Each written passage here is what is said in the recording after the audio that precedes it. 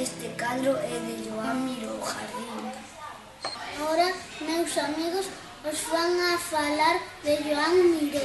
Joan Miró naceu en Barcelona en 1893. Joan Miró foi un neno tímido, incomprendido, cabezota e artista. Na escola Joan foi un pequeno desastre.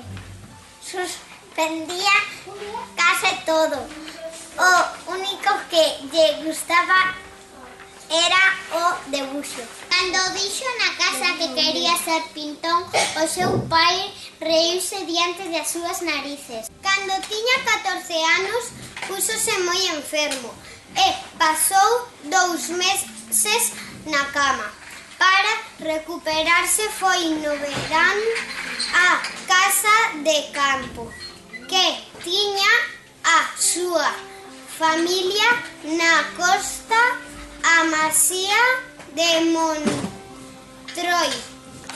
Ali contemplando a natura, sai paseando xunto ao mar, decidiu que quería ser pintor.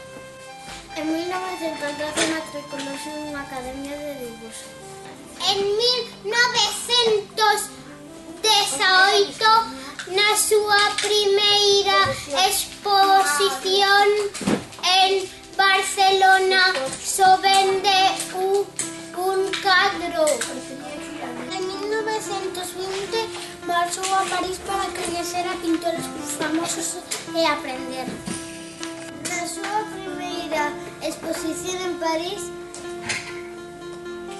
Picasso reculle 2 pinturas. En 1929 casa coa mallorquina Pilar Funcosa. Miró traballaba 10 horas ao día, era moi ordenado, metódico e puntual.